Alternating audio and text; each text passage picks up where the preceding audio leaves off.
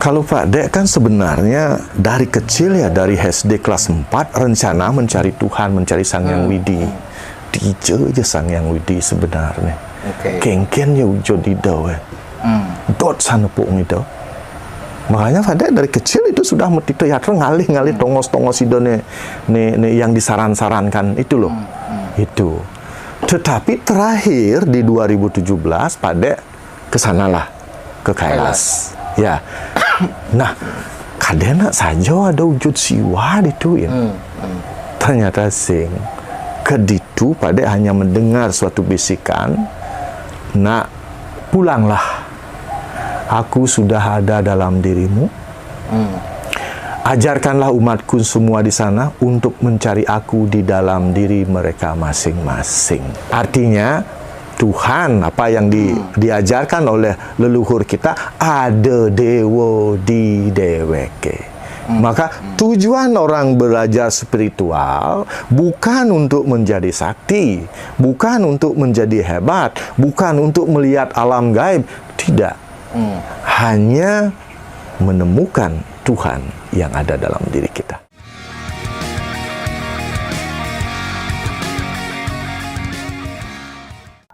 Halo, selamat pagi dan jumpa lagi dengan Pak Git. Ya. Sebelum ini Pak Git tuh lagi scroll-scroll di platform sebelah gitu, dan ternyata melihat lah ya, ketemu tuh tentang cerita Pak D tadi yang menyatakan dia dari kecil sudah pengen mencari Tuhan, pengen ketemu dengan Dewa Siwa gitu ya. Kemudian di 2017 akhirnya dia berangkat ke Kailas yang berharap bertemu dengan Dewa Siwa gitu. Tapi apa yang terjadi di sana? Yang di sana terjadi adalah beliau mendapatkan bisikan suruh pulang. Yang sebetulnya Tuhan itu ada di dalam diri kita masing-masing. Dan beliau menyatakan juga tentang tujuannya spiritual itu bukan mencari kesaktian, bukan melihat alam gaib, segala macam tadi ya. Tujuannya itu adalah mencari Tuhan yang ada dalam diri kita. Nah, ini kalau kita sangkut pautkan dengan puisi dari Maulana Rumi yang menyatakannya, jadi isinya puisi itu adalah, aku mencari Tuhan di masjid tidak ada. Aku mencari Tuhan di gereja tidak ada. Aku mencari Tuhan di kuil tidak ada, di vihara tidak ada, di pura tidak ada gitu. Dan aku mencari Tuhan kemana-mana tapi tetap tidak ada. Setelah aku tahu Tuhan ada di dalam diriku. Nah, sebenarnya ajaran ini juga sudah diajarkan oleh nenek moyang kita bangsa Nusantara ya. Dari dulu itu sudah diajarkan gitu. Artinya tentang kalau bahasa Jawanya tuh manunggaling kaulo Gusti. Nah, ini kalau dalam drama pewayangan itu disimbolkan dengan lakon Bimo Suci. Bimo itu Werkudara atau Bima ya. Yang pada saat itu Bima ini sebetulnya pengen dibunuh oleh para Kurawa dengan menggunakan siasatnya Dorna gitu. Yang artinya Bima ini disuruh mencari air suci atau air Perwitasari. Nah, itu disuruh mencari, sebetulnya air itu tidak ada gitu. Yang intinya hanya tujuannya hanya menjerumuskan Bima ke jurang kematian. Tujuannya adalah ke sana gitu ya. Dan berjalanlah Bima mencari ke sana kemari hingga bertemu dengan naga gitu ya, seekor naga, dan terjadi perperangan antara Bima dan seekor naga. Dan Bima ini kalau disimbolkan, dilihat gitu ya, kain sarungnya itu seperti kain poleng gitu ya, hitam putih gitu. Kemudian ini juga seperti yang digunakan oleh Hanoman dan yang seperti digunakan juga oleh Betara Bayu atau Dewa Angin. Yang mana Bima ini adalah dari Pandawa Lima, yang merupakan bagian dari Pandawa Lima, yang anak kedua, dan merupakan anak angkat dari Betara Bayu atau Dewa Angin gitu. Ya, kalau di Hindu, Dewa Bayu ini manifestasi Tuhan dalam tugasnya pengaturan udara atau angin lah. Gitu. Makanya namanya Bayu. Jadi kalau ada orang namanya Bayu itu ya sebetulnya katanya asalnya dari sana gitu.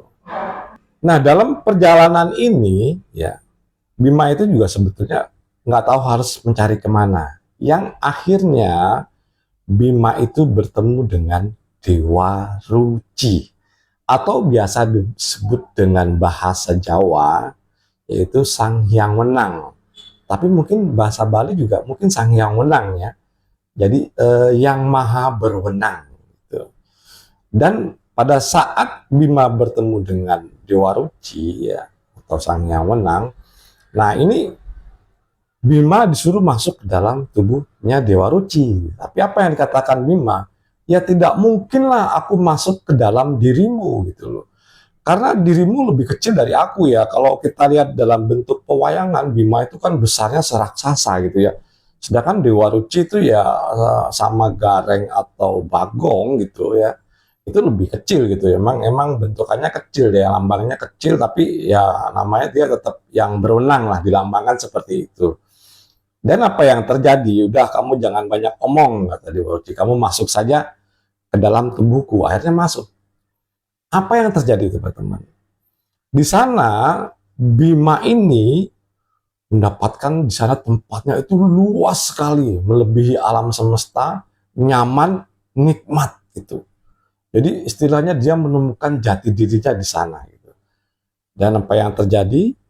Dewa Ruci pun nggak lama bilang, kamu mesti keluar dari sini karena kamu masih dibutuhkan oleh para sahabat dan saudara-saudaramu gitu.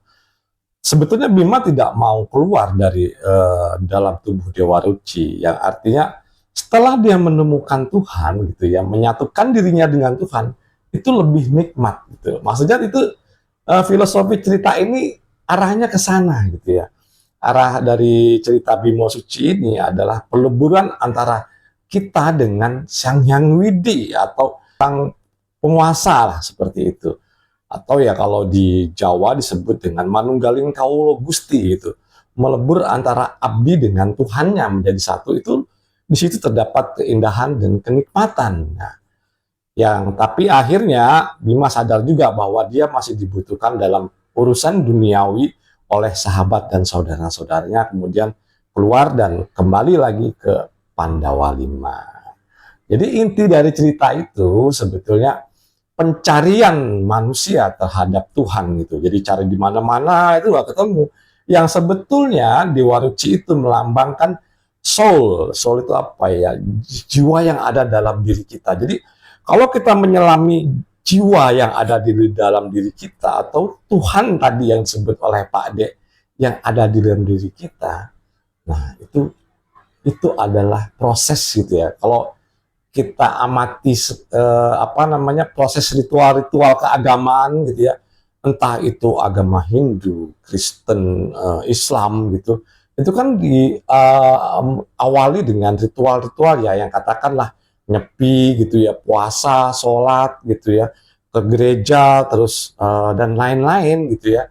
Nah ini diawali dengan ritual.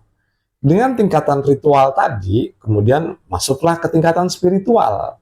Setelah masuk ke tingkat spiritual, nah inilah baru mulai mengolah hati atau mengolah jiwa hingga bisa menemukan apa yang dimaksud dengan Tuhan ada dalam diri kita. Kalau bahasa Jawanya kita balik dengan kata Manunggaling Kaulo Gusti gitu. Kalau bahasa Arab ya Nahdlatul Wujud gitu ya. Jadi konsep-konsep seperti ini itu sebelum agama-agama itu masuk ya, agama-agama impor ini masuk ke Nusantara gitu ya. Ini orang-orang Nusantara telah menciptakan peradaban yang sedemikian rupa. Jadi jangan pernah meremehkan peradaban yang telah diciptakan oleh nenek moyang kita, dan ini sering terjadi sebetulnya oleh para orang yang agamanya baru-baru masuk ya, baru-baru katakanlah 1000 tahun yang lalu gitu ya. Nah ini menganggap kalau nenek moyang kita itu tidak mengenal tentang Tuhan, tapi kalau kita menjiwai budaya Nusantara ya begitulah gitu. Jadi nenek moyang kita itu sebetulnya sudah mendalami filosofi tentang Tuhan dan menyebarkan, mengajarkan kepada anak cucunya. Menurut Pak Git ini cukup sekian, dan terima kasih.